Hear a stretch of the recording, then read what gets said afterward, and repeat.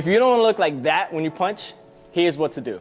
So in boxing, we use something called the number system. So this is how you learn the punches and what punches are going to be called out through the numbers. So 1 equals the jab. Every gym does it a little bit different. We're going to show you the way how we do it at Level Up Gym. What we're going to learn today is the 1 through 6, which is the jab, the cross, the hooks, and the uppercuts. The first punch we're going to learn is the jab. The jab, it's your setup punch. It's the punch you're going to throw the most. So the jab is something that you definitely need to perfect. So first, before you throw any punch, you want to be in your boxing stance. If you didn't watch the boxing stance video, or you'll know what it is, go back and watch our stance video. So we want to be in our boxing stance, right? Next, when I throw this punch, any punch I throw, I want to make sure I'm breathing right from the diaphragm. So this is going to help me to preserve my stamina, and it's going to help me to get a little more power for my punches is breathing. Your breath is everything, so make sure I'm breathing. Next, I want to emphasize, there's a few different ways on how to throw the jab. It all depends on, it's situational.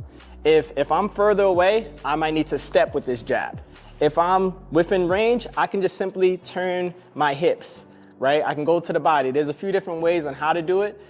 We'll take another video to explain all the different ways. But today, we're going to learn how to throw the jab within a striking range, and you're just going to open up those hips.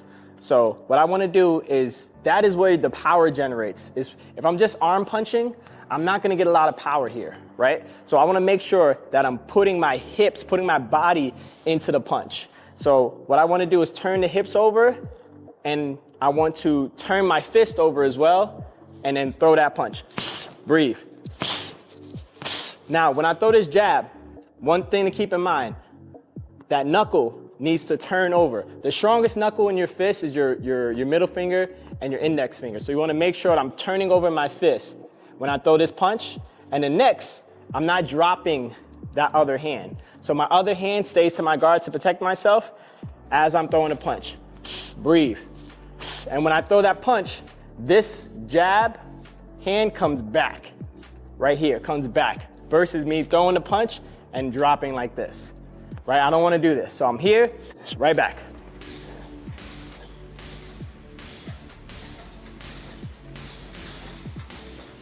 That's the jab. Next punch is the cross. So the cross, this is your power shot. So this is your long range power shot. This is the punch you'll use typically after a jab. That jab will set it up, that cross will knock him down with the power.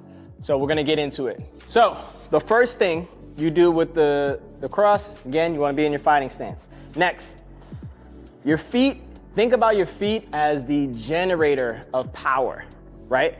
I plug my feet in here, right? And then the power is gonna surge from the feet all the way into the hips, all the way through the arms, right? So I want to make sure that I'm pivot my back foot with that cross. Think about it as like if you're swinging a bat, that's how you get the power, right? I want to make sure that I'm pivoting this back foot. So again, my hands are going to be turned just like this. Any straight punches will be turned out this way. I want to breathe with every single punch. Then from there, I want to never drop my other hand.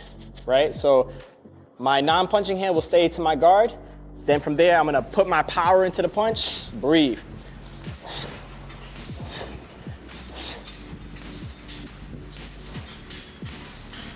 So the cross, I wanna breathe through, work that pivot with the hips, and then right back, snap it back, right back, right back. And that's the cross. Punch number 3. The lead hook. So the lead hook is a great power shot. You can knock someone out. You can also use it to set up other punches. Now, the lead hook can be a little bit more technically difficult for people to learn. So it takes a lot of practice, and I'm gonna break it all down for you. And there's a few different ways on how to do it. So I'm gonna show you the basic way we do it at Level Up Gym. With the lead hook, I'm gonna start with my fighting stance. The power is gonna generate from my hips. So what I wanna do is pivot this lead foot over and the back foot stays flat. And then I wanna hook my hand like into an L, and I'm wrapping around the bag as I punch. So every punch again, I wanna breathe, not drop my guard, and the punch, the hook is gonna be turned over this way. I can throw a hook here as well. Some people teach it like this. I like to throw a hook if I'm close like this, but if I'll have a little more distance, I like to throw it like this, right? So we're gonna learn this way today. So make sure you pivot that lead foot, sit on the hook a little bit, and that is how you generate the power. And I'm gonna breathe, and bring it right back.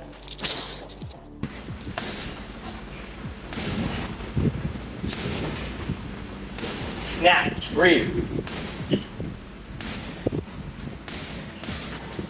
That's the lead hook. Punch number 4, the rear hook.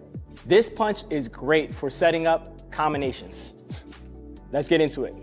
So this punch I can use with a combination.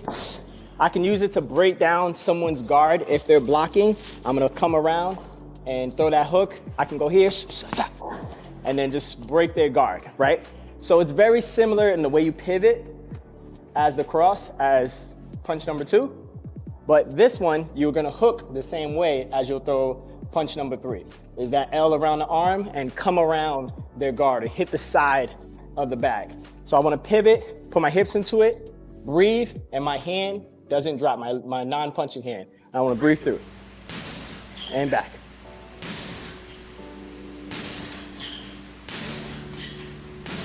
Whip it around, breathe, and right back to your guard. And that's the rear hook. The next 2 punches are going to be the 5 and 6, which will be the lead uppercut and the rear uppercut. Let's get into it. So there's a few different variations on how to throw the uppercut. You can use an uppercut bag, or you can do it on your heavy bag, right? So obviously the uppercut bag is a little bit better for the uppercuts, but you can use it on the bag. You'll just turn that fist over, do it here. So with the uppercut, it's designed to get under their guard, right? So now when I'm throwing these uppercuts, my lead uppercut, I like to do it I'm sitting on that uppercut and then whipping my hips around. You can pivot this foot. Some people teach it like that, and sometimes I do it like that, but I like to go for more speed and just hips. So you wanna do a scooping motion. Scoop motion, bring it back. Scoop, scoop, hips, sit on it. Sit on that punch. Next, the lead uppercut, the rear uppercut is basically the same. Turning over the hips, I could do it just hips, or I could pivot with it as well to get a little more power into it. But I want to scoop, keep my non-punching hand up, and scoop, hips, pivot, or hips.